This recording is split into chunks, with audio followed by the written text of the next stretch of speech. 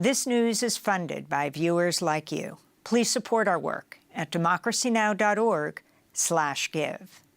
Israel's resumed airstrikes on Gaza after a week-long truce ended. The strikes have reportedly killed at least 70 Palestinians. Israel's dropping leaflets ordering Palestinians in Khan Yunis, the largest city in southern Gaza, to head further south toward Rafah. Since the October 7th Hamas attack, the Israeli bombardment has killed over 15,000 Palestinians, including 6,100 children. The Office of the UN High Commissioner for Human Rights has described the resumption of attacks as very troubling. The resumption of hostilities in Gaza is catastrophic. We urge all parties and states with influence over them to redouble efforts immediately to ensure a ceasefire on humanitarian and human rights grounds. Recent comments by Israeli political and military leaders indicating that they are planning to expand and intensify the military offensive are very troubling. Talks are reportedly continuing for a new truce and the release of more captives. Israel says it believes Hamas still holds 137 hostages kidnapped during the October 7th attacks. We turn now to look at a stunning new expose on how Israel's using artificial intelligence to draw up targets and how Israel's loosened its constraints on attacks that could kill civilians. One former intelligence officer says Israel's developed a, quote, mass assassination factory. In one case, sources said the Israeli military approved an assassination strike on a single Hamas commander, despite knowing the strike could kill hundreds of Palestinian civilians. Another source told 972 magazine, quote, nothing happens by accident. When a 3-year-old girl is killed in a home in Gaza, it's because someone in the army decided it wasn't a big deal for her to be killed, that it was a price worth paying in order to hit another target. Everything is intentional. We know exactly how much collateral damage there is in every move, unquote. 972 also reports the Israeli military knowingly attacked civilian targets, including apartment complexes, universities, and banks, in an effort to exert, quote, civil pressure on Hamas. We're joined in Jerusalem by the Israeli investigative reporter Yuval Abraham. His latest report for 972 magazine and Local Call is headlined, A Mass Assassination Factory Inside Israel's Calculated Bombing of Gaza. Yuval, thanks for joining us again from Jerusalem. If you can talk about who your sources are and what exactly they're using, the Israeli military is using AI for. Explain this idea of a mass assassination factory. Sure, yeah. So I'll start by saying, Amy, that you know, there are some things that I can say and other things that I cannot say. You know, we as Israeli journalists are subjected to the military censor. So everything that I have published had to be vetted by the military. Also my knowledge is partial. So I've spoken to 7 Israeli intelligence officers, some of them current, some of them former intelligence officers. All of them took part in wars against Gaza, in bombing campaigns, whether right now or in 2021, 2022, and 2014. And the use of artificial intelligence is an increasing trend that the army is adopting to mark targets in Gaza. And I think a good year to look at to understand its beginning with relation to Gaza is 2019, when the Chief of Staff Aviv Kochavi introduced this new division in the military called the Targets Division.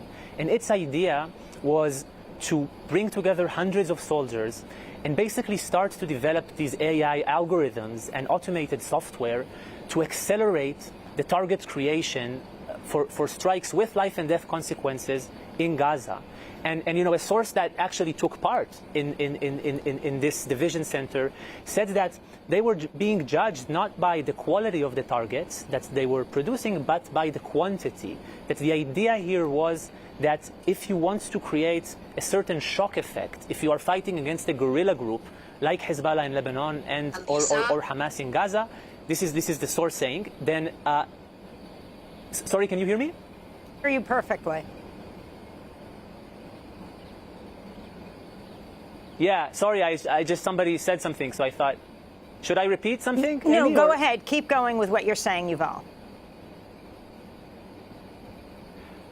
All right, so the source said that this shock effect is the way Israel views its war tactic against these organizations, and part of that is trying to accelerate the creation of targets. Now, in 2014, which was the previous biggest Israeli assault on Gaza, according to sources that I've spoken with, the Israeli military ran out of targets after roughly 3 weeks, and that operation lasted for 50 days.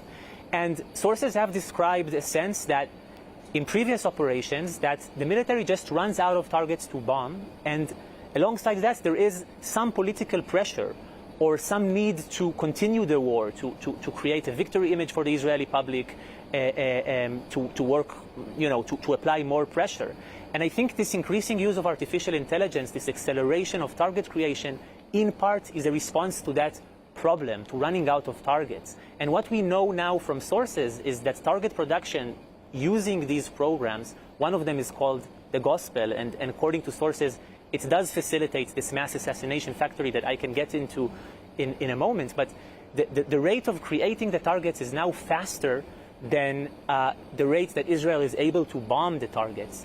And in this targets division, according to the Army's sources, already 12,000 targets were created during this war in this targets division, using these artificial intelligence tools, which is too much, two times as many targets as were bombed in the entirety of the 2014 war, which lasted for 51 days. Civilian targets, including private homes, public buildings, infrastructure, are referred to as power targets? Sure. Yes. So power targets is a concept that was developed according to intelligence sources in the military first in 2014. And the military defines power targets as residential high-rise buildings. So they have 8 floors, 12 floors, 14 floors. And the official military's claim is that in each of these buildings there is a military target that merits, that legitimizes bombing down the entire building.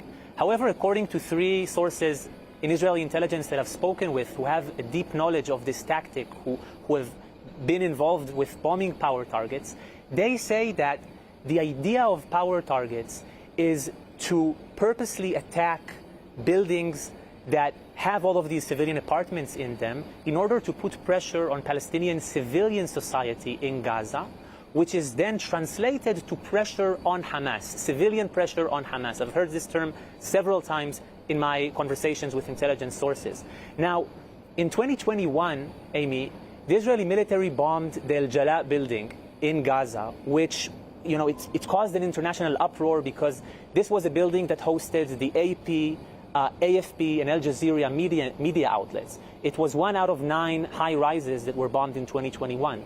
I've managed to confirm from sources within Israeli intelligence that this was in fact a power target. One source said that there was this idea that if we bomb the high-rises, it causes the civilians to feel like Hamas is not sovereign, like they have lost control. One source said that he felt this was a form of a terror tactic. Now, very importantly, the sources that I've spoken with have dealt with these power targets before 2023, before the current Israeli assault in Gaza. So I know less about the specifics of power targets that are currently bombed. However, we do know from official army statements that Israel, during the first 5 days, so up until October 11th and October 12th, has bombed 1,329 power targets. The military said that half of the targets that were bombed were identified as power targets in the military. Now, during these 5 days, we know, of course, that hundreds of children have been killed. We've managed to find indications of these buildings that were bombed without an evacuation protocol. And this is a very important point because according to sources that I've spoken with, in the past, the internal protocol in the military was that you can only bomb power targets, which are high-rise buildings or governmental buildings inside neighborhoods, after you've evacuated all the families from the building.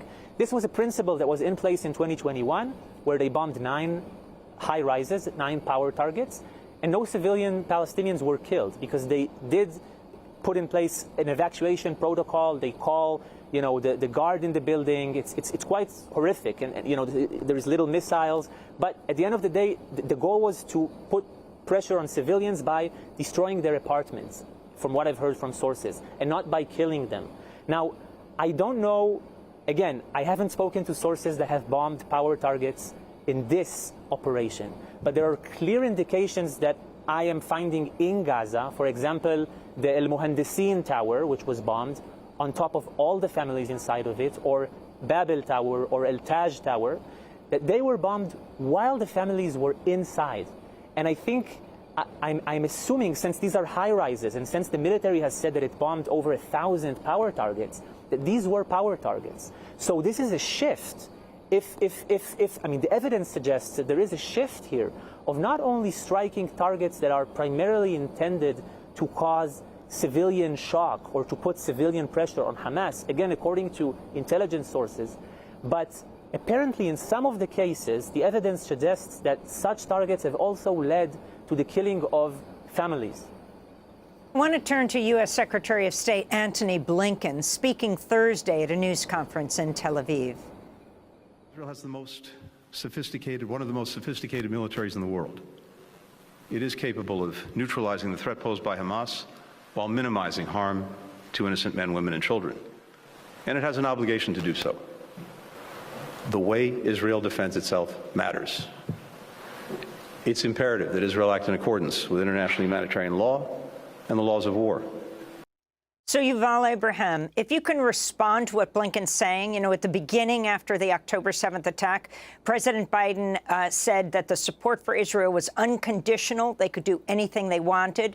Now, clearly, with massive pushback in the United States, with protests of people all over the country and around the world, you have both Biden and Blinken stepping back and saying you have to protect civilians. One of your sources suggested that the scale of this attack, with an unprecedented number of civilian casualties in Gaza, has to do in part with the Israeli military's wish to redeem itself after the catastrophic failures of October 7th. And now you have this big New York Times expose that Israel clearly knew a year ago the blueprint for this attack.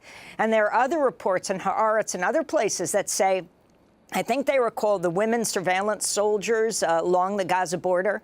I think they're called spotters, were repeatedly telling their supervisors in the last weeks, in the last months, we see this escalation here. It looks like Hamas is about to attack. And they would be told they'd be brought up on insubordination charges if they kept pushing this issue.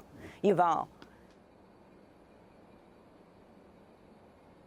Yes, Amy, it's very important for me to respond to Blinken's statements. And I think I have three things that I really want to say, and I really want people to listen to them. The first is that the very real war crimes that Hamas has committed, you know, killing people, some of them I knew, massacring people, do not justify Israeli war crimes in Gaza that are being committed.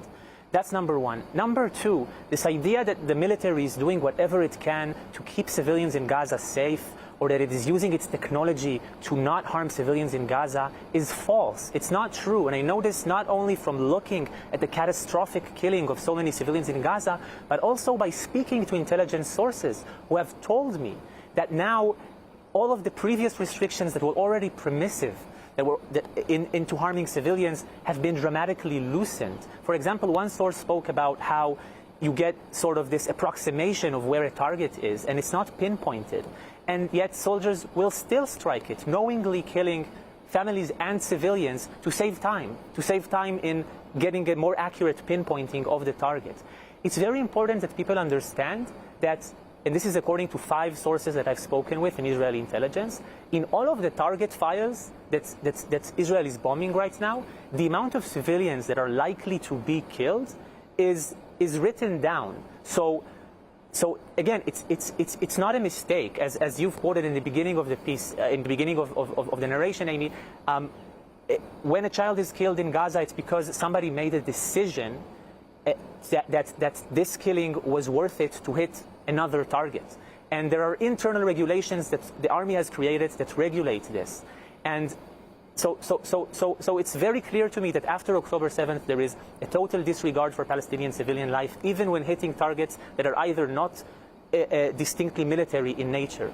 The third and final thing, and this goes back to the idea of a mass assassination factory, is that there is a systematic policy, according to sources, of targeting private residential homes of Hamas or jihadi operatives when they are in these private homes, when they are in these buildings or private residencies. And just so you understand, I mean, what this means is that the military is knowingly dropping a bomb that weighs a ton or often more on a residential building in order to assassinate one person, knowingly killing that person's family and neighbors in the process, when according to sources, in the vast majority of cases, these buildings are not places where there is military activity that is being conducted. It is an assassination against somebody who is in Hamas or Jihad's military brigades, but they are not in a military place. One source who was particularly critical of this policy said that he thought it was like if Israel would bomb, if a Palestinian militant group would bomb the homes of Israelis, not when they are wearing their army uniform, but when they are going back home in the weekend, and essentially assassinating them through the bodies of their families or their neighbors, and then saying that they use those families as human shields. Now, I think that we've talked about these power targets and we've talked about these assassination targets, and of course there are many different types of targets that could be considered under international law more legitimate. For example, militant cells, for example, ammo warehouses, for example, rocket launcher pits. And I think that to look at the civilian devastation that is happening right now in Gaza, you have to understand that it's a consequence of a particular Israeli war policy. It is a war policy that has a very loose interpretation of what a military target is, also attacking people in civilian spaces. It is a war policy that centers on deterrence and hitting these power targets that are intended to place civilian pressure on Hamas. And it is a war policy that is increasingly being helped by the use of big data, automation software, and AI. And again, I don't know everything. I've only spoken to several sources, but my evidence suggests that many of the civilians who are being killed in Gaza are being killed as a result of these policies that I do not think are justifiable policies. International law experts would call them war crimes. And that's why I don't think that what Blinken is saying is true, honestly. Democracy Now! Is funded by viewers like you. Please give today at democracynow.org/give.